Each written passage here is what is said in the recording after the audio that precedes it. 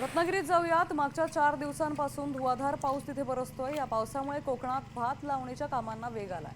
शेतीत आधुनिक यंत्रणीकरण आलं असलं तरी आजही कोकणात पारंपरिक पद्धतीनं नांगरणी केली जाते। पावसाच्या दमदार हजेरीमुळे शेतकऱ्यांमध्ये आनंदाचं वातावरण आहे।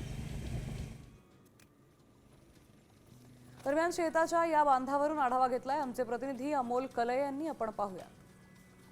गेल्या काही दिवसांपासून कोकणामध्ये अक्षरशः मुसळधार पाऊस कोसळतो। या पडलेल्या पावसामुळे बळीराजा कुठेतरी समाधानी झालेला आहे। त्यामुळे शेतामध्ये आता शेतीच्या कामांना जे आहे ते वेग आल्याचं चित्र पाहायला मिळतं। मी सध्या उभा आहे ते रत्नागिरीतल्या मिरजोळ या परिसरामध्ये आणि या शेताच्या बांधावरती आपण पाहताय की जोतान म्हणजे नांगर जे आहे नांगर फिरवला जातो। आजही पारंपरिक पद्धतीने या ठिकाणी शेती केली जाते।